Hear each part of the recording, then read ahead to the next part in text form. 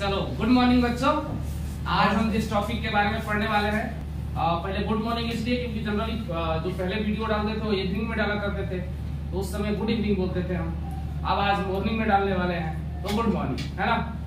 आज हम जिस टॉपिक के बारे में पढ़ने वाले हैं वो है स्क्रू गेज। पिछले क्लास में हमने वर्नियर कैलिपर्स के बारे में पढ़ा है। वर्नियर में क्या पढ़ा है वो भी थोड़ा देख लेते हैं, है ना।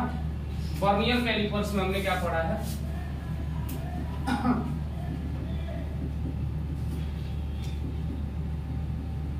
देखिए वर्नियर कैलिपर्स में जो हमने पढ़ा, हमने सबसे पहले वर्नियर कैलिपर्स के बारे में मैंने आपको कल डायग्राम के थ्रू दिखाया था कि कुछ ऐसा स्ट्रक्चर होता है वर्नियर का, है ना। वर्नियर में मैंने आपको बताया कि इसके इनसाइड जॉब होते हैं और अपसाइड जॉब भी होते हैं। तो इनसाइड जॉब में हम किसी सिलेंड्रिकल या स्फेरिकल ऑब्जेक्ट को फंसाते हैं। इसके रिगार्डिंग इसके पास मेन स्केल रीडिंग होती है। मेन स्केल रीडिंग पे हम रीडिंग चेक करते हैं और इसके करस्पॉन्ड वर्नियर स्केल का भी रीडिंग देखने की कोशिश करते हैं कि वर्नियर स्केल का कौन सा वाला डिवीजन मेन स्केल से कोइंसाइड कर रहा है। तो वर्नियर स्केल का जो डिवीजन मेन स्केल से कोइंसाइड करता है वो वर्नियर स्केल रीडिंग हो जाती है ना। मतलब वो वर्नियर स्केल डिवीजन हो जाती है और उसको लिस्ट काउंट से अगर मल्टीप्लाई कर दें तो वो वर्नियर स्केल डिवीजन दे देती है। ये बात कल हो गई थी। इसके फॉर्मूले हम दोबारा थोड़ा लिख लेंगे। मैंने बताया था कि यहाँ पे अगर आपको लिस्ट काउंट निकालना है तो आप करोगे 1 MSD, है ना। तो मंजीत सिंह ढिल्लो, ये कोई पंजाबी है ना, माइनस वीरेंद्र सिंह ढिल्लो, ये कौन सा, ये भी पंजाबी है कोई। तो ये दो पंजाबी का माइनस करना है आपको, मंजीत सिंह ढिल्लो और वीरेंद्र सिंह ढिल्लो। मतलब MSD माइनस BSD। MSD का मतलब है मेन स्केल डिवीजन और BSD का मतलब है वर्नियर स्केल डिवीजन। यानी मेन स्केल डिवीजन में से वर्नियर स्केल डिवीजन आप निकाल दोगे तो लिस्ट काउंट आएगा। अच्छा, ये जो फॉर्मूला जिन भाई साहब ने बनाया था उनका भी यही मानना था कि जैसे हम एक मेन स्केल लेते हैं, समझ लीजिएगा पूरा फिर से समरी। मेन स्केल में जैसे 1 2 3 4 5 6 7 8 9 10 मेन स्केल के जैसे ये 1 सेंटीमीटर पूरा हो गया तो 1 सेंटीमीटर में 1 mm 2 mm 3 mm करके 10 mm तक हो गया ये। तो अब इसमें जैसे वर्नियर हमारी रीडिंग होती है, मान लीजिए यहाँ पे मैं वर्नियर स्केल लगा रहा हूँ। वर्नियर स्केल की जो रीडिंग होती है 1 2 3 4 5 6 7 8 9 10।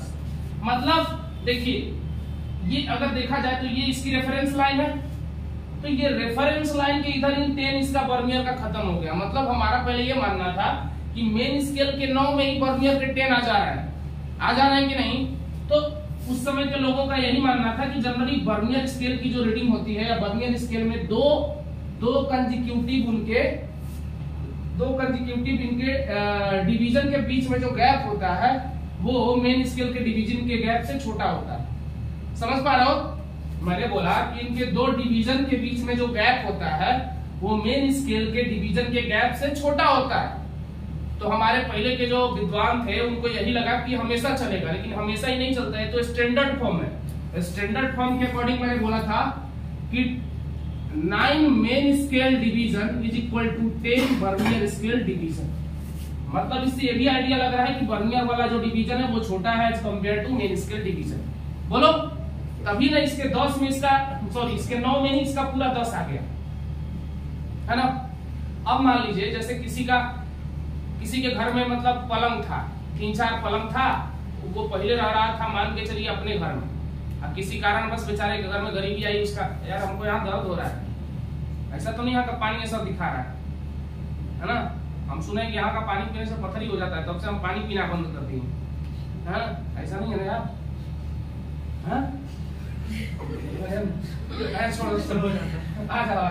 वापस आ जाओ। देखो चक्कर ये है कि पहले के जो विद्वान थे उनका यही मानना था कि ये कहानी होगी, लेकिन ऐसा हुआ नहीं। मतलब इसके 10 मेन स्केल में वर्नियर का मतलब कि इसके 9 में वर्नियर का 10 आ जा रहा है। हम एक एग्जांपल बता रहे थे कि जैसे कि एक बंदा कोई रह रहा है अपने घर में, उसके 3-4 कमरे थे, सब में खचाखच सामान भरा था, एक ही में वो बेचारा गुजर बसर करता था, इतना सामान था उसके पास। फिर उसने किराए पे लिए 4 रूम, किराए पे भी उसने 3 ही रूम लिए। पिछले बार उसके पास 4 रूम थे, 3 में सामान भर रखे थे उसने, एक में खुद रहते थे वो। तो जब वो किराए पे आए तो उनको देख के बड़ा आश्चर्य हुआ कि उनके 2 ही, जैसे किराए पे तो उन्होंने 3 रूम लिए, तो उनके 2 ही रूम में सारे उनके सामान आ गए। या तो ये हो सकता है कि उन्होंने सामान के ऊपर सामान भर के एकदम भूसा बना दिया घर को, या तो दूसरा ये रास्ता हो सकता है कि उतने जगह में सारे सामान आ गए, मतलब कमरा बड़ा रहा होगा। बोलो ना, 4 चीज यानी 3 कमरे का सामान 2 कमरे में एडजस्ट हो गया, मतलब स्पेस ज्यादा रहा होगा, बड़ा कमरा किराए पे लिया उन्होंने, है ना। तो कुल मिला के मेरे कहने का मतलब ये चीज, इसका इससे तात्पर्य ये है कि जहां इसका 10 डिवीजन था, पूरा वर्नियर स्केल का कितना डिवीजन था, 10 डिवीजन, मेन स्केल के 9 में ही एडजस्ट हो गया, देखो यहीं तक एडजस्ट हो गया। तो इससे ये पता चला कि वर्नियर स्केल छोटा है as compare to main scale. तो इसलिए ये लिखा गया कि वर्नियर यानी मेन स्केल का 9 डिवीजन जो था इक्विवेलेंट था वर्नियर स्केल के 10 डिवीजन से। क्लियर है? बोलो, कोई समस्या तो नहीं है? स्टैंडर्ड फॉर्म है ना? कहीं हमको पत्थरी तो नहीं है? अरे यार दर्द करने लगा है ना। बोलो, सही स्टैंडर्ड फॉर्म है ना? ये स्टैंडर्ड फॉर्म है। अगर बाकी जो फॉर्म होती है वो खुद बनाते हैं या फिर मतलब अपने? हाँ, वो उसी के लिए मैं आगे बताने जा रहा हूँ, उसके लिए समझिएगा। कई बार क्या होगा कि ये चीज कहानी हर जगह तो लागू होगी नहीं, तो इसीलिए हमने 9 और 10 न लिख के हमने इसको लिखा n main scale division is equal to m vernier scale division. अब कोई बड़ा छोटा हो हमको कोई फर्क ही नहीं पड़ेगा। अब हमने एक नंबर में इसको लिख दिया n main scale division is equal to m vernier scale division. Main scale division पता करना फिर भी बहुत आसान होता है। आप सीधे मेन स्केल देखोगे, आपको पता चल जाएगा कि मेन स्केल डिवीजन इतना है। वर्नियर में थोड़ी दिक्कत हो जाती है, यानी वर्नियर स्केल डिवीजन फाइंड करना उतना आसान नहीं है। तो हम क्या करेंगे, यहीं से वर्नियर स्केल निकालेंगे। वर्नियर स्केल डिवीजन बराबर क्या लिख सकते हैं बताओ?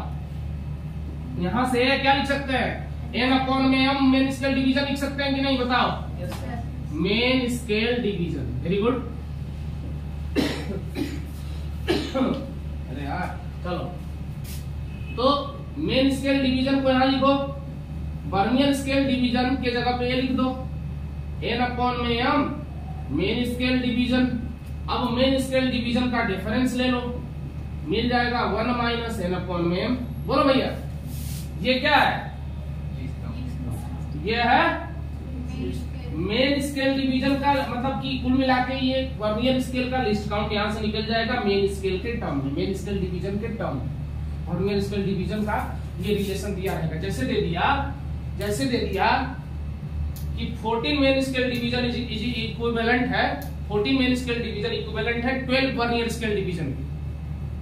नहीं यार, ऐसे नहीं लिखा रहेगा 14 मेन स्केल डिवीजन इक्विवेलेंट है, मान के चलो 16 वर्नियर स्केल डिवीजन की, यानी ये वाला 14 मेन स्केल डिवीजन किसके बराबर है? 16 वर्नियर स्केल डिवीजन के।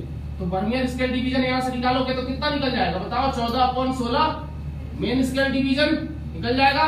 तो लिस्ट काउंट अगर निकालना है और आपके पास दे दिया कि मेन स्केल डिवीजन जो है हमारा, मेन स्केल जो डिवीजन है वो हमारा कितना है? वो है हमारा 8। मेन स्केल डिवीजन कितना है हमारा? 8 दे दिया या 4 ही दे दिया? 4 है मेन स्केल डिवीजन। तब लिस्ट काउंट कैसे निकालोगे? लिस्ट काउंट निकालोगे बच्चे कैसे? बोलो। अरे भाई, लिस्ट काउंट निकालने का फॉर्मूला अभी बताया ना। क्या करोगे, इस वाले में रख दोगे, यानी n/m करोगे तो कितना आ जाएगा? 14/16 आएगा n/m। बोलो। तो कुल मिलाकर तुम्हारा ये आएगा मेन स्केल डिवीजन 1 - 14/16, यही तो आएगा। तो मेन स्केल डिवीजन की वैल्यू 4 दे देंगे, ये कितना आ जाएगा? 2/16 आ जाएगा। 4 चौके 16 होता है, क्या ये 0.5 आ रहा है लिस्ट काउंट? तो ये तरीका है लिस्ट काउंट निकालने का, डायरेक्ट अगर दिया है तो। इसी पे बेस्ड सारा क्वेश्चन आपसे बन जाएंगे अगर ये मेथड आपको आता है तो, ऐसे चुटकियों में बनेंगे, है ना। लेकिन अगर खाली आप स्टैंडर्ड रट के बैठे हो तो ये हमेशा काम नहीं आएगा। वैसे क्या होता है कि देखिए, इसका 10 डिवीजन जो है, पूरा 10 डिवीजन 1 सेंटीमीटर में पूरे 10 डिवीजन है। अब इसका मेन इसके स्मॉलेस्ट अगर बात करें, इसकी स्मॉलेस्ट यूनिट या स्मॉलेस्ट रीडिंग बात करें तो 2 कंसेक्यूटिव डिवीजन के बीच का जो गैप होता है वही इसकी स्मॉलेस्ट रीडिंग होगी। तो एक मेन स्केल के लिए या वर्नियर के लिए स्मॉलेस्ट रीडिंग कितनी हो सकती है? स्मॉलेस्ट रीडिंग 1, और टोटल नंबर ऑफ डिवीजन से डिवाइड कर दोगे तो तुमको मिल जाता है, क्या मिल जाता है? क्या मिल जाता है? लिस्ट काउंट, यानी 0.1 सेंटीमीटर इसकी लिस्ट काउंट है। और अगर mm में पूछा जाए तो 0.01 इसकी mm में लिस्ट काउंट है। क्लियर है? अरे 1 mm क्या? हाँ, 10 से गुणा करना पड़ेगा, है ना। mm में बोलोगे तो 10 से गुणा करना पड़ेगा।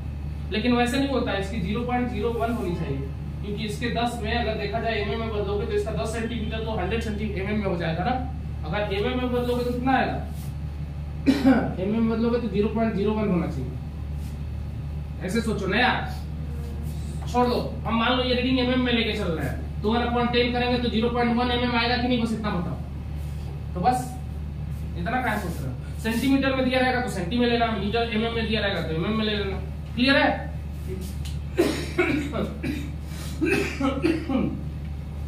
खांसी आने लगी, चलो आगे चले, बता दूं?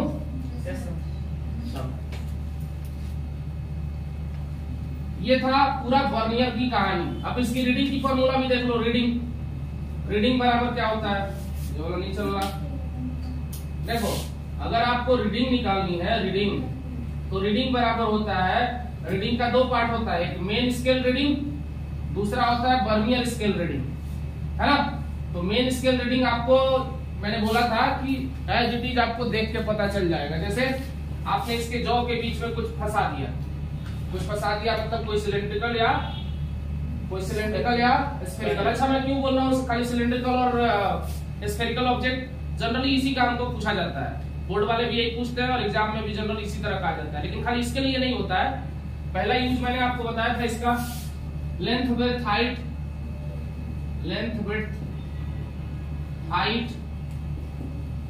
है ना।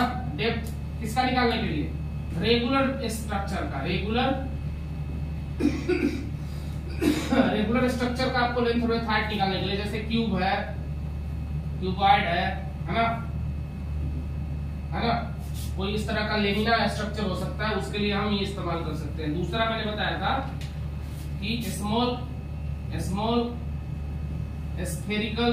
अब स्मॉल स्फेरिकल इसलिए बोल रहे हैं कि तुम फुटबॉल ले जाके पता चल रहा है उसमें फंसाया हो, तो ऐसा नहीं करना है ना। तो स्मॉल स्फेरिकल और सिलेंड्रिकल ऑब्जेक्ट,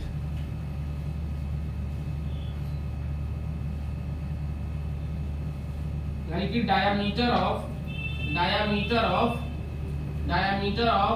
स्मॉल स्फेरिकल और सिलेंड्रिकल ऑब्जेक्ट का हम डायामीटर निकालते हैं। और डायामीटर निकाल दिए तो रेडियस भी निकल जाएगा कि नहीं, तो डायामीटर और रेडियस हम निकाल सकते हैं। तीसरा, डेप्थ भी कई बार हम निकालते हैं किसी चीज का, है ना।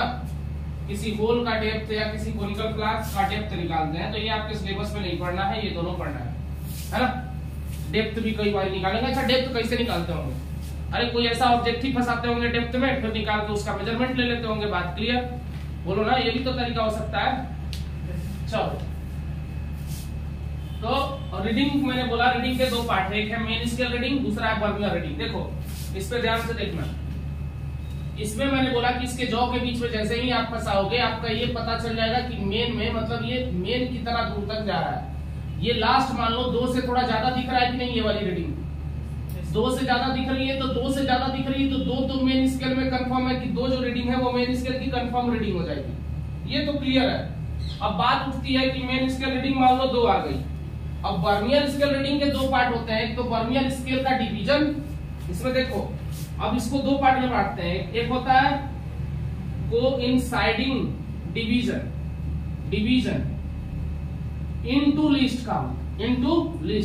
मतलब वर्नियर स्केल रीडिंग अगर आपको निकालना है तो पहले उसकी कोइंसाइडिंग डिवीजन को ढूंढना पड़ेगा कि कौन सा उसका डिवीजन मेन स्केल से कोइंसाइड कर रहा है। तो देखिए, अगर मान के चलिए, यहाँ पे मैंने बोला था आपको कि जैसे पहला वाला कोइंसाइड नहीं कर रहा वर्नियर का, दूसरा नहीं कर रहा, तीसरा नहीं कर रहा, चौथा नहीं कर रहा, पांचवा नहीं कर रहा, छठवां नहीं कर रहा, 7वां नियर अबाउट कर रहा है। 7वां नियर अबाउट कर रहा है, तो मान के चलिए कि 7वां जो है, मान के चलिए कि 7वां जो डिवीजन है वो कोइंसाइड कर रहा है, तो 7 हो जाएगा कोइंसाइडिंग डिवीजन। और इसका लिस्ट काउंट हम लोग कितना निकाले हैं, 0.1। बोलिए, तो 2 + 0.7 कितना आ गया, 2.7 mm आ गया कि नहीं पूरा रीडिंग। तो ये रीडिंग निकालने का तरीका है। बस ये याद रखिएगा कि मेन स्केल का पार्ट इजीली निकाल लोगे। वर्नियर स्केल का निकालने के लिए आपको क्या करना पड़ेगा, पहले कोइंसाइडिंग डिवीजन ढूंढनी पड़ेगी, फिर उससे लिस्ट काउंट से मल्टीप्लाई करना पड़ेगा। क्लियर है? चलिए अब आ जाते हैं अपने मेन आज के टॉपिक पे, है ना। मिटा दो इसको। चलिए,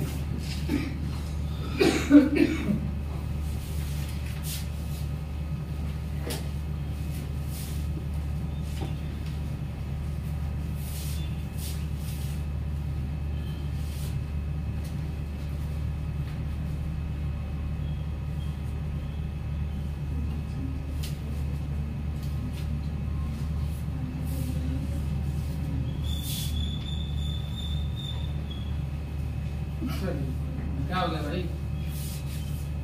सही है ना सर? कोई दिक्कत तो नहीं है? बोलो। चलिए तो हम लोग आ जाते हैं अपने आज के अगले टॉपिक पे, जिसका नाम है स्क्रू गेज। ये बहुत बड़ा टॉपिक नहीं है, स्क्रू गेज। समझिए ये क्या होता है स्क्रू गेज। इसका भी आपको डायग्राम दिखाना पड़ेगा। ये ऐसे होता है थोड़ा सा। हम इसको बनाने की कोशिश करते हैं। मेरी डायग्राम आपको पता ही कितनी खतरनाक है वैसे तो, लेकिन आप फिर भी हम आपके लिए बनाने की कोशिश करेंगे। ये थोड़ा सा ऐसा रहता है, इसी को हम लोग जनरली क्या करते हैं, ऐसे ऐसे घुमाते हैं, है ना? ऐसा मत समझिएगा, स्टर्ट तो अलग होता है, आगे रहता है। मान के चलिए यहाँ पर दो पार्ट हो जाता है ना? थोड़ा सा ऐसे होता है, ये सर्कुलर स्केल डिवीजन। यहाँ पर ये थोड़ा सा ये सर्कुलर स्केल डिवीजन है, और सर्कुलर से लगा रहता है मेन स्केल। ये है मेन स्केल। अब इस मेन स्केल में दो पार्ट होता है। एक होता है इसका स्पिंडल वाला, ये स्प्रिंग नहीं है, ये है इसके क्या है, ये इस तरह का उसमें वो रहती है जिससे हम रीडिंग जनरली नोट करते हैं, है ना? और इससे जुड़ा हुआ रहता है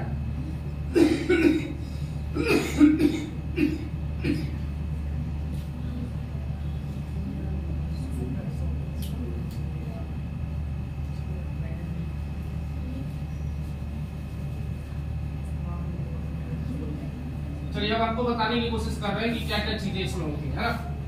ये यहाँ पे रहता है इसका स्टड, ये स्टड रहता है, स्टड, इसको एनविल भी बोलते हैं, एनविल, है ना? ये जनरली हम क्या करते हैं कि इस तरह का ये स्ट्रक्चर होता है, इधर से हम इसको टाइट करते हैं, और जनरली इसके बीच में हम किसी ऑब्जेक्ट को जनरली हम डायमीटर मेजर करते हैं किसी पतले वायर का, है ना? जनरली इसका यूज क्या करते हैं हम लोग, डायमीटर मेजर करने के लिए स्मॉल ऑब्जेक्ट के, यानी कि किसी पतले वायर की। अब अपना बाल डाल के चेक मत करना, उसमें इतना भी मतलब एक्यूरेसी से वो नहीं बताया, लेकिन कम से कम स्मॉलेस्ट मतलब थीनेस्ट एकदम किसी भी वायर का हम इसे डायमीटर बता सकते हैं, है ना? बाल को छोड़ के, बाल लगाओगे समझे में नहीं आएगा। तो इसमें फंसाते हैं और इधर से हम टाइट करते हैं। ये है सर्कुलर स्केल, इस पर डिवीजन बने रहते हैं। सर्कुलर स्केल पे 100 डिवीजन रहते हैं टोटल, यानी अगर ये 0 से शुरू हो रहा है तो यहाँ 99 आएगा। क्लियर है? ये पूरा सर्कल एक घुमा रहता है गोलाकार, देखे होंगे आप इसका डायग्राम, और उसमें 100 डिवीजन इस पे रहते हैं। एक होती है एक लाइन को बेस लाइन बोलते हैं हम लोग, यहां से होती है एक बेस लाइन, बेस लाइन। अब इसमें भी ये है मेन स्केल, ये हमारा मेन स्केल है, ये मेन स्केल है। तो मेन स्केल में क्या होगा, जैसे ये ना इस पे चढ़ा रहता है, ये वाला जो पार्ट होता है ये इस पे चढ़ा रहता है। जैसे हम रोटेट करते हैं, जैसे देखिए इस पे रीडिंग है 1 2 3 4, समझिएगा। जैसे ये रीडिंग है, हम क्या करेंगे कि जैसे इसका एक रोटेशन कराएंगे, इसकी पूरी पहले स्ट्रक्चर समझ लीजिए, मैं आपको समझाने की कोशिश कर रहा हूँ। क्या होता है कि जब हम इसमें किसी चीज को फंसाना रहता है, जैसे मान लीजिए इतने मोटे वायर को हमको इसमें फंसाना है, तो फंसाना है तो क्या करेंगे, इसको रोटेट कराएंगे।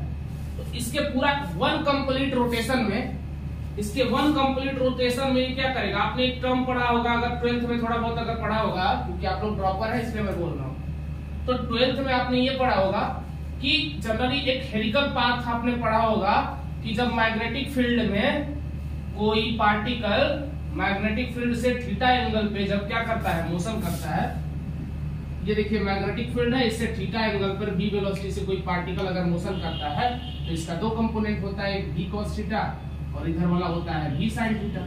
बोलिए, आपको बताया गया होगा कि परपेंडिकुलर कंपोनेंट की वजह से पार्टिकल सर्कुलर मोशन करता है और हॉरिजॉन्टल कंपोनेंट की वजह से लीनियर मोशन करता है। तो इसके इसी वजह से यहाँ पे देखिए परपेंडिकुलर कंपोनेंट भी है, और तो ये क्या करने लगता है, इस तरह का मोशन करता है, आपको याद होगा हेलिकल मोशन। और इसके 2 पर्टिकुलर हेलिक्स के बीच का जो डिस्टेंस होता है उसको पिच कहा जाता है। यहाँ पे भी वो सिर्फ एक टर्म डिफाइंड होगा, पिच। यहाँ पे भी एक बहुत इंपॉर्टेंट टर्म है ये, पिच। पिच पिच क्या होता है, तो इसके 2 कंसेक्यूटिव थ्रेड स्प्रिंग आपने स्प्रिंग मत बोलो यार, आपने वो स्क्रू, बहुत बढ़िया वर्ड याद आया, स्क्रू आपने देखा है, तो स्क्रू में आपने देखा होगा कि उसमें ऐसे ऐसे थ्रेड बने रहते हैं, ऐसा बना रहता है। अगर ये मान लीजिए स्क्रू है, मान के चलिए, ऐसा कम बढ़िया स्क्रू नहीं बनाएंगे, लेकिन फिर भी मान लीजिए अगर ये स्क्रू है ना, तो इसमें ऐसा ऐसा थ्रेड बना रहता है, आपने देखा होगा। तो दो कंसेक्यूटिव थ्रेड के बीच का जो डिस्टेंस होता है उसको पिच कहा जाता है। या पिच का डेफिनेशन पहले समझिए, मैंने बोला दो consecutive, it is the distance between, it is distance between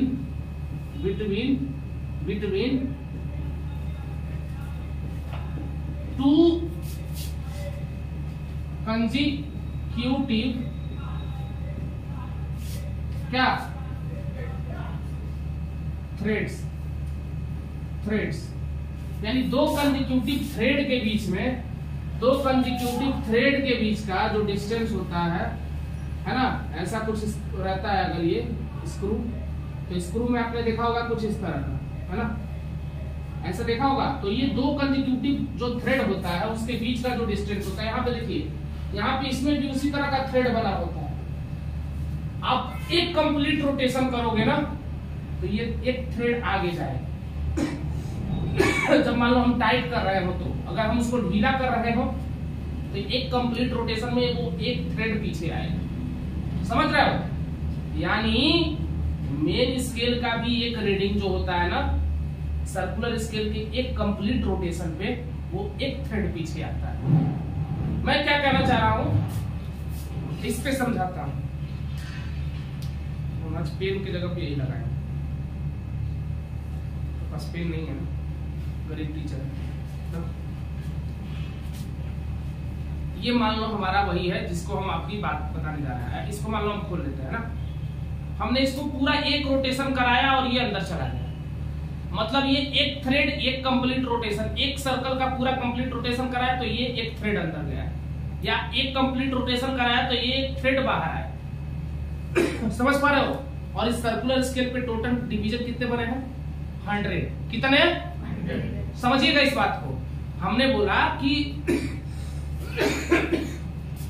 या तो ये दो कंसेक्यूटिव थ्रेड के बीच का डिस्टेंस है, या तो एक कंप्लीट रोटेशन में सर्कल के, या सर्कुलर स्केल के एक कंप्लीट रोटेशन में ये जितना पीछे गया या जितना आगे गया वो क्या होगा?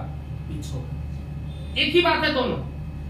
यानी ये जो दो थ्रेड के बीच का डिस्टेंस होता है, अगर हम सर्कुलर रोटेशन करते हैं एक कंप्लीट, तो भी उतना ही डिस्टेंस कवर करता है जितना पिच की डिस्टेंस होती है। मतलब क्या, अगर एक सर्कल हम घुमा देंगे ना, तो ये उतना पीछे आ जाएगा। अगर टाइट करना रहेगा तो एक सर्कल हम इधर की तरफ कर देंगे। जैसे मान लो क्लॉकवाइज अगर करते हो कोई चीज को, तो टाइट करने के लिए क्लॉकवाइज करते हो, और एंटी क्लॉकवाइज करते हो तो क्या करने के लिए? ढीला करने के लिए करते हो।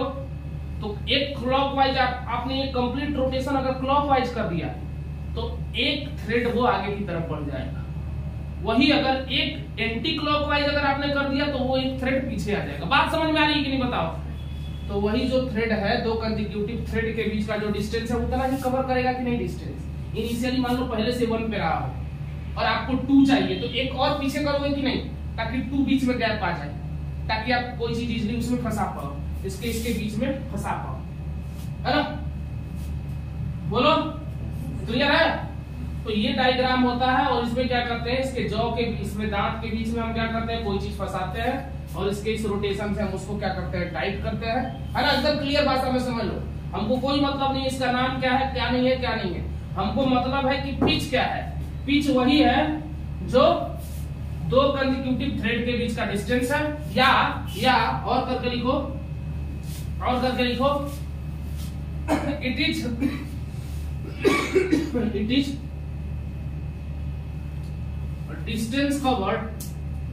Distance covered due to one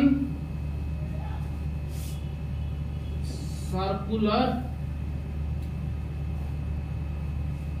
one complete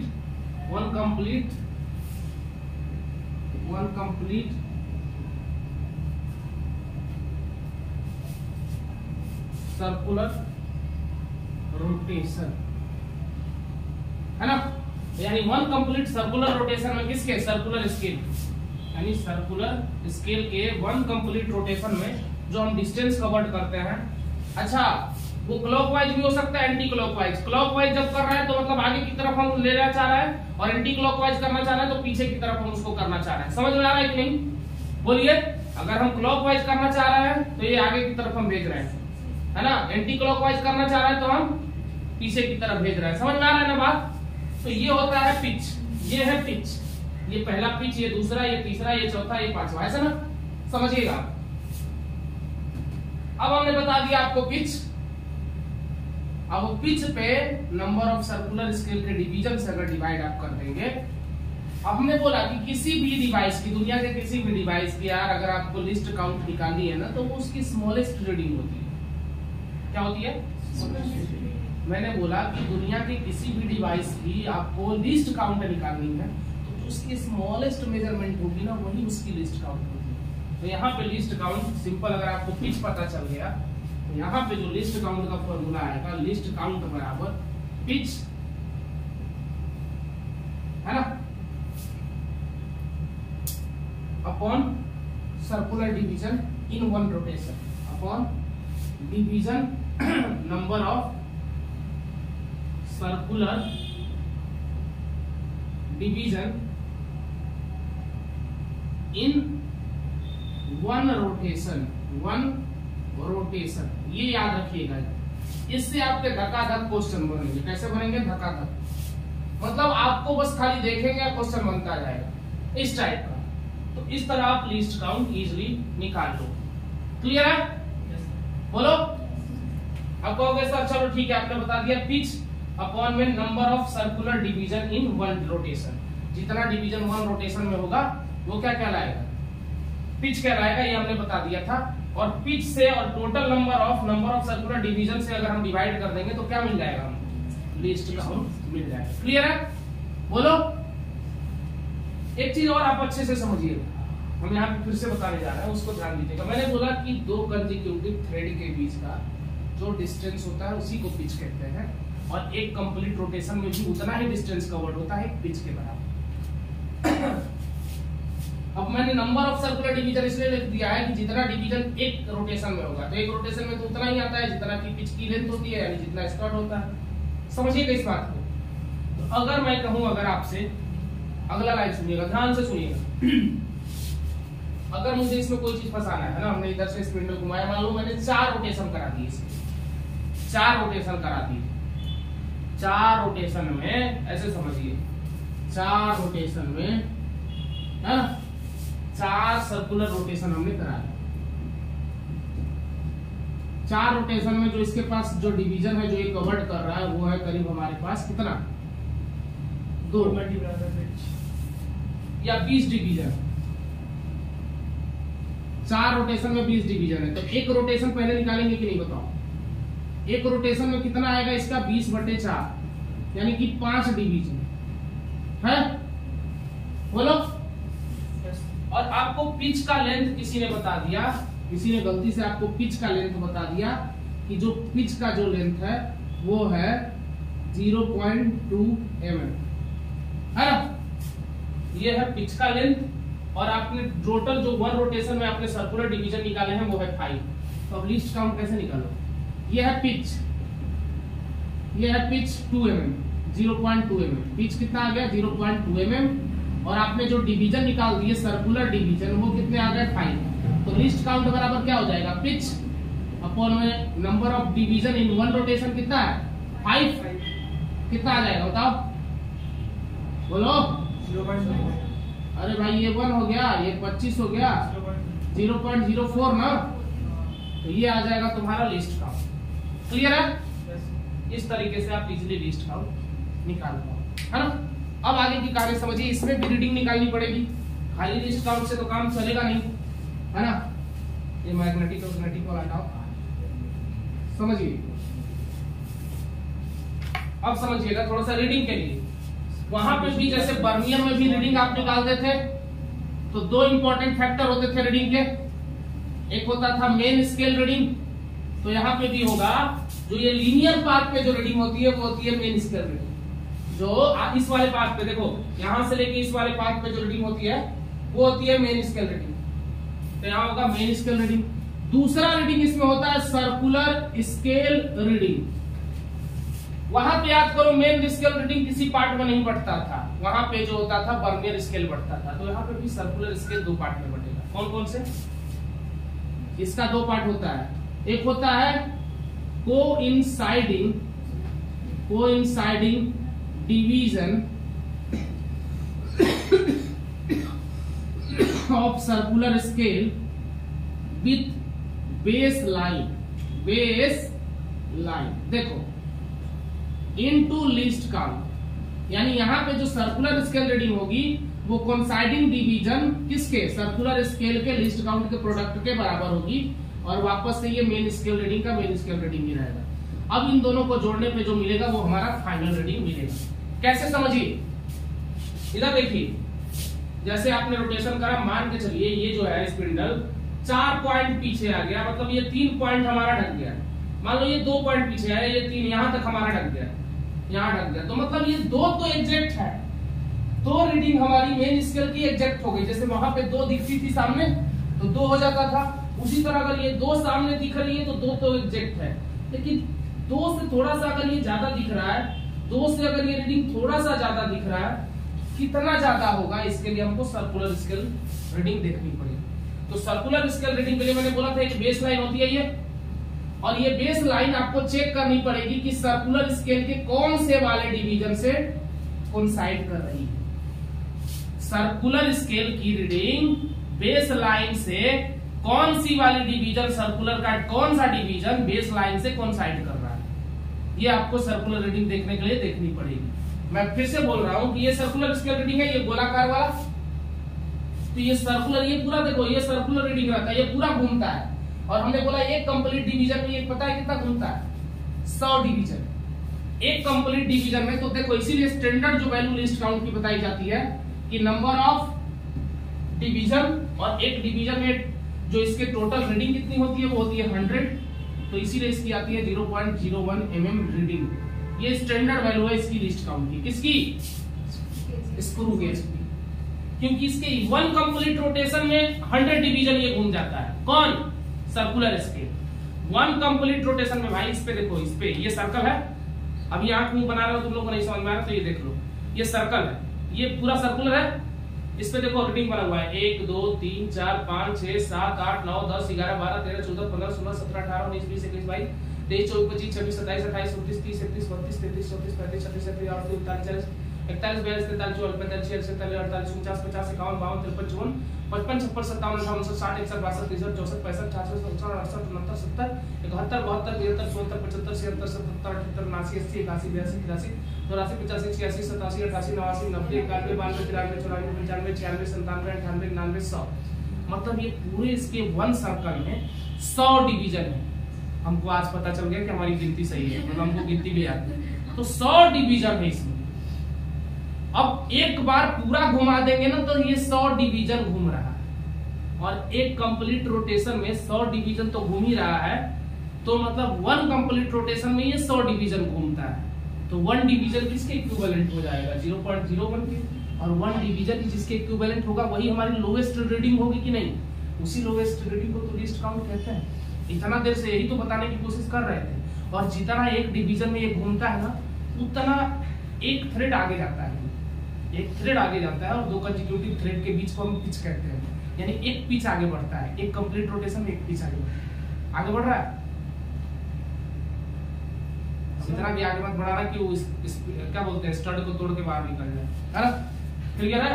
अब देखिए, बस बता रहे हैं, मतलब ये देखो मेन स्केल रीडिंग। मान लो ये 2 से थोड़ा सा ज्यादा है, तो 2 से थोड़ा सा ज्यादा है, तो 2 तो परफेक्ट हमारा मेन स्केल में आ जाएगा, मेन स्केल में आ जाएगा। अब हम चेक करने की कोशिश करें, हमने बोला कि 2 हमारा कंप्लीट किसमें आ जाएगा? 2 हमारा मेन स्केल में आ जाएगा। अब हम चेक करने की कोशिश करें कि सर्कुलर रीडिंग का जो पार्ट है, जैसे इस पे 100 तक है गिनती, सर्कुलर वाले पे 100 तक है। इस 100 तक में हम देखें कि इस वाली बेस लाइन से, ये बेस लाइन यहाँ से यहाँ तक जाती है, मतलब ये बेस लाइन इस वाले पे आती है, मतलब ये जो हमारा प्लेन एरिया है इस वाले से जाती है। तो ये बेस लाइन हम चेक करें कि सर्कुलर के कौन से वाले से कौन साइड कर रही है। क्लियर है? तो सर्कुलर वाले से हम क्या करेंगे, चेक करेंगे। हमें पता लगा कि ये जो 34वां है, 34वां मतलब 34 वाली जो लाइन है वो इस बेस लाइन से कोइंसाइड कर रही है 34। तो हमें ये पता चल गया कि कोइंसाइडिंग डिवीजन जो है वो है 34। अब इसका लिस्ट काउंट कितना है, ये स्टैंडर्ड वाला अगर है इसका लिस्ट काउंट कितना है 0.01 है ना। तो बताओ यहां से कितना आ जाएगा 2 + 0.34 यानी कि 2.34 mm रीडिंग। क्लियर है कि नहीं बताओ? इससे रीडिंग निकाल लोगे, इससे लिस्ट काउंट निकाल लोगे, कहानी खत्म, पैसा हजम। अब एक जल्दी से एक क्वेश्चन कर लो, उसके बाद जिसके बारी बारी से क्वेश्चन होंगे क्वेश्चन पूछ लेना। एक या दो क्वेश्चन कर लो जल्दी से, है ना। कुछ बोल रहे थे सर, एक डाउट था, जैसे कि अगर मान लो कि अभी 5 सेंटीमीटर का उसका मेन स्केल है और हमने उसको 5 डिवीजन पीछे घुमाया, यानी कि 5 मिलीमीटर से कम कर, लेकिन मेन स्केल डिवीजन में तो 4.5 हो जाएगा। नहीं, यही तो बड़ा समझ रहे हो। फिर से समझो, अगर तुम 5 रोटेशन दे दिए इसको, पूरा 5 की बात हो रही है, थोड़ा सा कम है ज्यादा दोगे, देखो जैसे 4 रोटेशन दिया तो 4 थ्रेड वो क्या होगा, अगर हम पीछे लेना चाह रहे हैं तो 4 थ्रेड पीछे, 4 थ्रेड ढीला कर दिया तुमने, 4 थ्रेड टाइट करोगे तो आगे चला जाएगा। तो 4 थ्रेड जैसे ही तुमने 4 रोटेशन अगर ढीला करा तो 4 कंप्लीट रोटेशन में 4 क्या हो जाएगा, 4 थ्रेड वो पीछे चला जाएगा। और सुनो, जरा सा भी 4 से ज्यादा किया होगा ना तो वो ज्यादा कौन बताएगा, मेन तो बिल्कुल नहीं बता पाएगा, सर्कुलर बताएगा। मेन नहीं बताएगा, वो डिवीजन के थ्रू सर्कुलर बताता है, इसीलिए इसकी जरूरत पड़ती है। मैं पूछा था जैसे कि अभी ये कितना है, इससे थोड़ा सा कम हो जाएगा तो यहाँ पे शिफ्ट हो जाएगा, तो ये जो हम मेजर कर रहे हैं ये होगा। वही तो तुम नहीं समझ पा रहे हो ना। वो जैसे तुम पीछे कर दिए, अगर 4 या 3 या 2 कितना भी पीछे किए, तो यहाँ आगे की तरफ वो भाई जो गैप बन रहा है ना, वो गैप में तुम कोई चीज फंसा रहे हो, इसके रिगार्डिंग तुम्हारा मेन स्केल रीडिंग बता दिया, बाकी जो एक्स्ट्रा जरा सा भी एक्स्ट्रा रीडिंग है, एग्जैक्ट हर बारी नहीं होगा, किसी भी बारी एग्जैक्ट नहीं होगा, वो तुम्हारी किस्मत है कि पूरा एग्जैक्ट मिल जाए। नहीं तो वो डिवीजन के थ्रू सर्कुलर बताता है, कितना कम या कितना ज्यादा है वो सर्कुलर बताएगा। ऐसा नहीं कि देख के कह देना कितना आ गया मतलब आगे चला गया, इतना पीछे मतलब पीछे चला गया, वो तो आपको दिख ही जाएगा, लेकिन वो ज्यादा या कम कौन बताएगा, सर्कुलर बताएगा। क्लियर है? बहुत बढ़िया, आ जाओ क्वेश्चन पे भाई। एक क्वेश्चन नोट करिए सब लोग। लिख दूं क्या? चलो निकालता हूँ, लिख देता हूँ।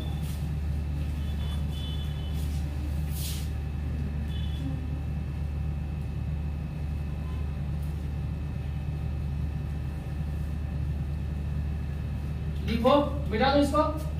चलो ये इसको मिटा दो, ये समझाने के लिए था, रियल में आप देखेंगे आपके टीचर जो कराते हैं क्लास में वो सारी चीज।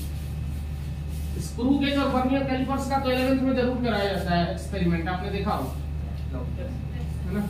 लॉकडाउन में स्कूल चला गया, लैब ही चाहिए। हाँ सही बात है, लैब नहीं चला, तुम लोग ऑनलाइन देख लेते हैं लैब। ऑनलाइन दिखाया तो सही। अच्छा, कुछ चीजें ऑनलाइन नहीं हो पा रही थी, ये सच्चाई है, भले कोई दुनिया ऑनलाइन पढ़ा रहा हो, बहुत सारी चीजें ऑनलाइन नहीं हो पा रही। चलो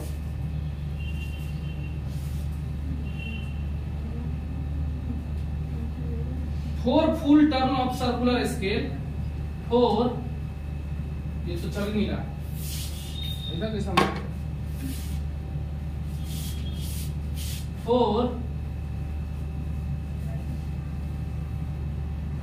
फुल क्वेश्चन है, 4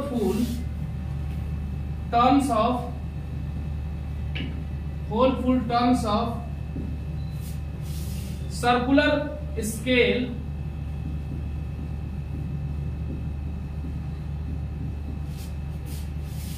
of a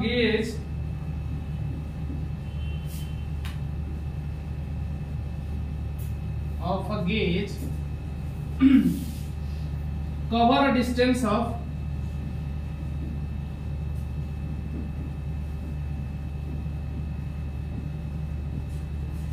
है ना, cover a distance of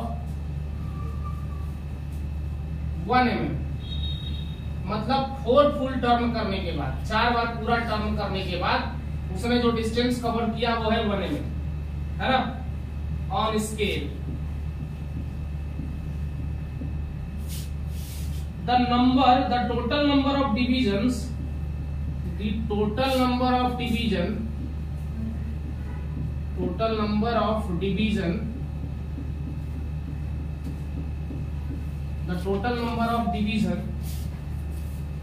on circular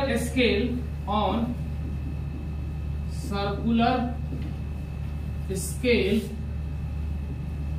is, है ना, is 100 मान लो, 100 मत मानो, मजा नहीं आएगा, 60 मान लो, 60. Find the least count, find the least count, find the least count. Question एकदम सिंपल सा है कि 4 फुल टर्न करने पे सर्कुलर स्केल को गेज के क्या होता है, वो डिस्टेंस कवर कर रहा है 1 mm, है ना. 1 mm कितना बार में कर रहा है, 4 बार में, है ना. बहुत खतरनाक गेज है, मतलब बाबा आदम के जमाने वाला, जंग लग गया उसके और घूम ही नहीं रहा. तो 4 बार आपने पूरा रोटेट करवाया तो वो 1 mm डिस्टेंस कवर करा. तो 1 mm डिस्टेंस कवर करा तो कह रहा है कि the total number of division जो है सर्कुलर स्केल पे वो है 60. तो लिस्ट काउंट बतानी है आपको.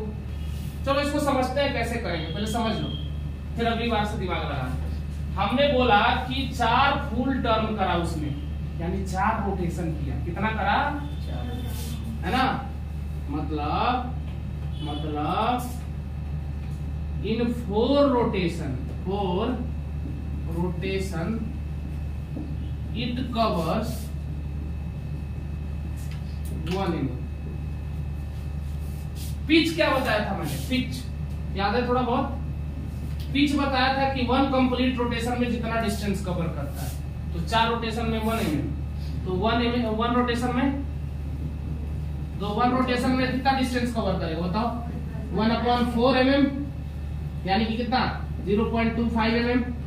बोलो ना, इतना करेगा, यानी एक रोटेशन में इतना mm डिस्टेंस कवर कर रहा है. तो बताओ ना, पिच की डिस्टेंस नहीं आ गई क्या, पिच कितना आ गया, 0.25 mm, है ना. Circular number of circular division भी दे दिया है, नंबर ऑफ सर्कुलर डिवीजन भी इसने दे दिया है ना. नंबर ऑफ सर्कुलर डिवीजन भी इसने दे दिया है. कितना दिया है बताओ, 60 दिया है तो दिया है. चलो आ जाओ फिर बताओ लिस्ट काउंट का फॉर्मूला बता दोगे क्या, pitch upon number of circular division. Pitch है भैया कितना, 0.25, यानी 1/4, और ये कितना है 60. करो जरा, पॉइंट हटाओगे नीचे 100 चला जाएगा, है ना.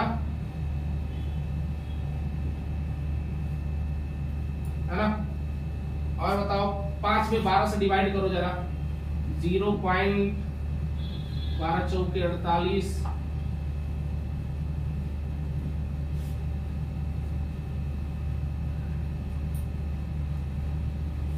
है ना. 0.4 बनाया, इसमें हमने 5 से 12 से डिवाइड किया, अपॉन में 100, तो ये आ जाएगा 0.0041. इतना जो है आपका लिस्ट काउंट है. क्लियर है कि नहीं बताओ, बोलो. तो ये लिस्ट काउंट आप इससे निकाल लो. एकदम बेसिक सवाल था, जिससे आपको थोड़ा सा रोटेशन और पिच का आइडिया लग जाए. हमारा पर्पस यही था. अगला एक और क्वेश्चन धमाकेदार कर लो, है ना. एक और धमाकेदार क्वेश्चन जो मेंस का क्वेश्चन है वही करा देते हैं ना, थोड़ा सा आइडिया लग जाएगा कि मेंस वाले कैसे पूछते हैं. चलो भैया,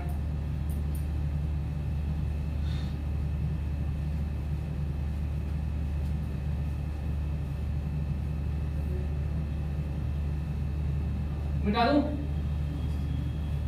हो जाएगा ना. चलिए अगला क्वेश्चन है भैया, लिखो the least count of main scale. ये मेंस 2019 का क्वेश्चन है ना. क्वेश्चन बैंक है, क्वेश्चन बैंक से मिले आया आपके लिए. The least count of the main scale, मैं लिख देता हूं. क्वेश्चन नंबर 2 है the least count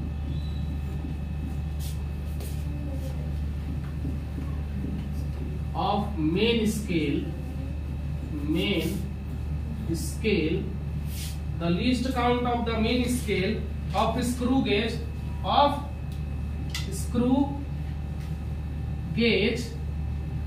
the least count of a main scale of screw gauge is 1 mm, clear है? Least count of main scale of screw gauge is 1 mm, है ना? The minimum number of division, the minimum number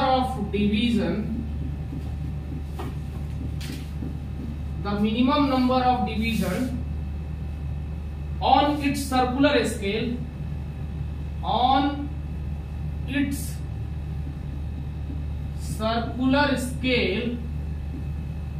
मेरी writing खतरनाक है, समझ में आ रही है ना? बोलो, required to measure5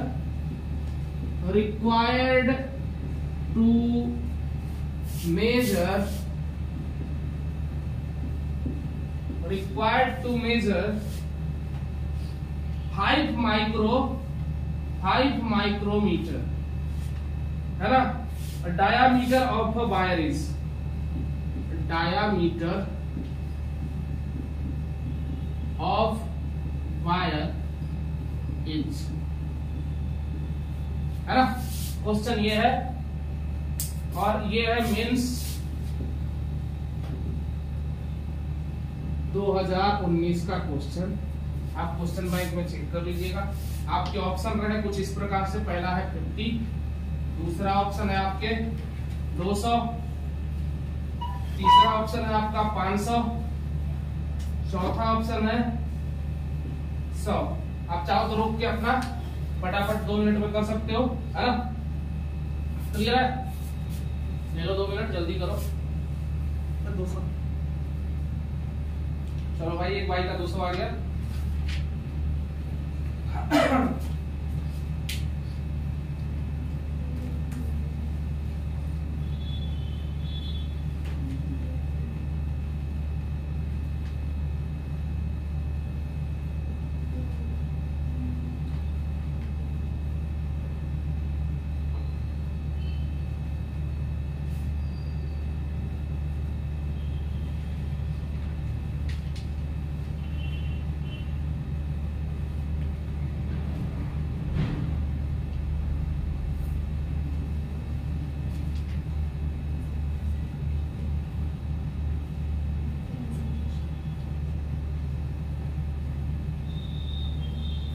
चलो भैया, सोचो इस क्वेश्चन के बारे में। ऐसे देखो, चलो कहानी शुरू करते हैं। क्वेश्चन पहले अच्छे से पढ़ते हैं। The least count of main scale of screw gauge is 1 mm। बहुत लोग फ्लैट हो गए, सोच के कह रहे हैं लीस्ट काउंट तो नहीं दिया, है ना? अगला सुनो, the minimum number of division on its circular scale required to measure 5 micrometer. Diameter of wire कितना होगा? कह रहा है डायामीटर ऑफ वायर कितना होगा?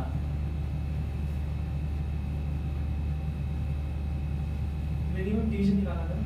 तो तुम तो यही बता दिए, हम तो डायामीटर पूछ दिए तुमसे, ये भी तुम नहीं जान दिए। क्वेश्चन सर दूसरा लिखवा दिया। हाँ चलो क्वेश्चन एक बार फिर से चेक कर लेते हैं।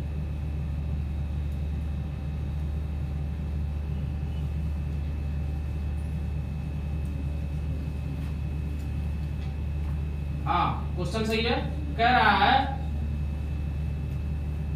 कि the minimum number of division on its circular scale required to measure 5 micrometer diameter of wire is. मतलब ये क्वेश्चन ये नहीं कह रहा है कि क्वेश्चन लास्ट में मैंने ऐसा हिंट किया है जैसा कह रहा है कि भाई डायमीटर बताओ वायर का। ये क्वेश्चन नहीं कह रहा है। क्वेश्चन ये कह रहा है कि the minimum number of division कितना होगा जिससे कि हम इतने मीटर वायर को मेजर कर सकते हैं, है ना? ये क्वेश्चन कह रहा है। देखो क्वेश्चन कहना कुछ और चाह रहा है। मेंस का क्वेश्चन है, थोड़ा सा एकदम सीधा ही पूछ देगा तो फिर आप वैल्यू पुट कर दोगे और खुश हो जाओगे। कह रहा है कि लीस्ट काउंट हमको पता चल रहा है स्क्रू गेज का 1 mm। याद करो एक बात बताया था कि एक डिवीजन में जितना पिच डिस्टेंस कवर करता है उतना ही सर्कुलर स्केल पे भी वो रीडिंग डिस्प्लेस होती है, यानी सर्कुलर स्केल भी उतना ही रीडिंग शो करता है। जैसे एक कंप्लीट रोटेशन मैंने कराया तो एक पिच का डिस्टेंस कवर हुआ है ना, यानी 2 थ्रेड के बीच का डिस्टेंस कवर हुआ। तो बताओ ना यार, सर्कुलर स्केल तो वही था ना जो उधर की अंदर से बाहर की तरफ आ रहा है, तो सर्कुलर स्केल पे भी उतना ही रीडिंग बताएगा कि नहीं जितना कि आपने पीछे से उसको थ्रेड को खिसकाया। थ्रेड जितना पीछे की तरफ आएगा वही तो मेन स्केल की रीडिंग उतना ही बताएगा कि नहीं बताएगा, बताओ। बोलो भाई। तो ये लिस्ट काउंट नहीं है, जिसको आप लिस्ट काउंट समझने की भूल कर रहे हो वो है पिच। यानी list count of main scale of screw gauge, main scale का कह रहा है लिस्ट काउंट। भाई मेन स्केल की लिस्ट काउंट से हमको क्या मतलब है, हमको तो वर्नियर स्केल का लिस्ट काउंट चाहिए होता है ना, जिसको लिस्ट काउंट हम बोल सके। तो मेन स्केल का लिस्ट काउंट कह रहा है, मतलब मेन स्केल पे डिस्टेंस कवर बता रहा है, और मेन स्केल पे जितना डिस्टेंस कवर होता है वही होता है 2 थ्रेड के बीच का डिस्टेंस, की नहीं? बोलो सिंपल। तो 2 थ्रेड के बीच का डिस्टेंस को पिच कहते हैं, पिच मिल गया 1 mm। क्लियर है? बोलो अब समझो। कह रहा है the minimum number of division on its circular scale required to measure 5 micrometer. इसने मेजर भी कर लिया है, कितना? 5 माइक्रोमीटर। तो कह रहा है कि डिवीजन कितना होगा, यानी ये 5 माइक्रोमीटर जो इसने मेजरमेंट करा है वो इसका लीस्ट काउंट है। कैसे? मेन स्केल का इसने बता दिया आपको लीस्ट काउंट, तो वो हमको पता चल गया कि मेन स्केल पे जो वो रीडिंग आई है वो थ्रेड के बीच के डिस्टेंस है। थ्रेड जितना खिसकाए होगे वही ना मेन स्केल पे रीडिंग शो करेगा। इतना अचंभित की तरफ क्यों ताक रहे हो भाई? ये देखो, ये मैंने थोड़ा सा इसको घुमाया, एक रोटेशन करा। एक रोटेशन में ये 2 थ्रेड के बीच का डिस्टेंस बताता है, और एक रोटेशन में जितना पीछे गया होगा वही तो मेन स्केल रीडिंग बताएगी। और उसी को हमने कह दिया कि list count of main scale. हम इसको लिस्ट काउंट क्यों नहीं बोले? क्योंकि ये मेन स्केल का लिस्ट काउंट बोल रहा है। अगर सर्कुलर स्केल का लिस्ट काउंट बोलता तो सीधे हम लिस्ट काउंट ले लेते, इतना नहीं सोचते। लेकिन देखो ना, ये कह रहा है main scale of screw gauge, है ना? ये लिस्ट काउंट बता तो रहा है लेकिन मेन स्केल का। मेन स्केल का कभी भी लिस्ट काउंट बताया तो याद रखना वो पिच का डिस्टेंस बता रहा है। क्लियर है? अब इतना याद रहेगा। अब ये पिच का दे दिया। अब कह रहा है, अब क्या कह रहा है कि the minimum number of division on its circular scale. देखो, मिनिमम जो डिवीजन होता है सर्कुलर स्केल पर ना, उतने में हम जितना मेजरमेंट करते हैं, मिनिमम डिवीजन में हम जितना मेजरमेंट करते हैं वो याद रखना वही लिस्ट काउंट होता है। अब कह रहे हो सर ये किसे? लिस्ट काउंट क्या होता है? सबसे मिनिमम जो हम लोग डिस्टेंस क्या करते हैं, मेजर करते हैं, और मिनिमम डिस्टेंस यहाँ पे क्लियर तो बोल रहा है कि number of minimum division on circular scale required to measure 5 micrometer. यानी ये मिनिमम डिवीजन इसने क्या किया? मूवमेंट किया। तो मिनिमम डिवीजन मूवमेंट करने के मतलब, मिनिमम डिवीजन मूवमेंट करने का मतलब मिनिमम डिस्टेंस कवर करना होता है कि नहीं? और मिनिमम डिस्टेंस जो कवर करते हैं वही लिस्ट काउंट होता है कि नहीं? तो लिस्ट काउंट दिया है 5 माइक्रो, तभी ना डिवीजन पूछ रहा है कि मिनिमम डिवीजन कितना लगेगा। तभी क्वेश्चन में पूछ रहा है कि मिनिमम डिवीजन कितना लगेगा इतने मीटर वायर को मेजर करने के लिए। यानी ये मेजर कर चुका है। अब ये देखो मिलीमीटर में है, इसको मीटर में बदल दो पहले। 10 to the power -3, इसको करो 5 × 10 to the power -6। बोलो अब देखो, बताओ लीस्ट काउंट बराबर क्या होता है? पिच अपॉन में नंबर ऑफ सर्कुलर डिवीजन। बोलो सर्कुलर डिवीजन बताना। तो लिस्ट काउंट की वैल्यू कितनी है बच्चे बताओ? 5 × 10 to the power -6। पिच का डिस्टेंस कितना है बच्चे? 10 to the power -3। और नंबर ऑफ सर्कुलर डिवीजन को सीधे हम नंबर ऑफ सर्कुलर डिवीजन लिख रहे हैं, है ना? तो देखो नंबर ऑफ सर्कुलर डिवीजन अगर यहां ला दोगे तो 5 नीचे चला जाएगा कि नहीं? तो इसलिए यहां से ऊपर आ जाओ। नंबर ऑफ डिवीजन सीधे बताओ, नंबर ऑफ डिवीजन कितना आ जाएगा? देखो ये वाला टर्म यहाँ आ जाएगा, ये यहाँ जाएगा, यानी 10 to the power -3। नीचे में आ गया 5 × 10 to the power -6। ये 6 है, ये 3 है, तो ऊपर जाएगा तो कितना आ जाएगा? बोलो, इसको मिटाओगे तो +6 होगा, तो ये आ जाएगा कि नहीं 10⁻³ आ जाएगा, और अपॉन में 5, 1000 में 5 से डिवाइड करो ना, 200 आता है क्या, है ना, 200 डिवीजन। क्लियर है, 200 डिवीजन। घुमा के क्वेश्चन पूछा था मेंस का, एकदम बकवास क्वेश्चन था, अगर हमें समझ में नहीं आता तो हम गलती कर देते, है ना। आप खाली कॉन्सेप्ट समझने की कोशिश करो। कोई का एक बात और समझ लेना, बहुत बच्चे क्या करते हैं, जैसे कि मेंस वगैरह में जो भी प्रीवियस ईयर के पेपर है, चाहे आप भी यही करते हो, आपको क्वेश्चन देखना है अगर, तो आप फटाक से सॉल्यूशन उठाते हो और क्वेश्चन को निपटा देते हो। तो इस चक्कर में आपके कॉन्सेप्ट पूरे जिंदगी में क्लियर नहीं हो पाएंगे, और अगर पूरे जिंदगी में क्लियर नहीं हो पाए ना, तो अगला वाला मेंस वाला क्वेश्चन फंस ही जाएगा, अगला वाला मेंस वाला क्वेश्चन फंस ही जाएगा, या नीट वाला क्वेश्चन फंस ही जाएगा। तो पहले कंसेप्ट पे काम करो। हमने जो बताया क्लियर हुआ कि नहीं, है ना। कभी गलती से आंसर देख के चौका मारने की कोशिश ना करें, इससे आप ही फंस सकते हैं, है ना। तो थैंक यू सो मच, आज के लिए इतना ही। गुड नाइट, शब्बा खैर, बाय बाय, टेक केयर, है ना। चलो।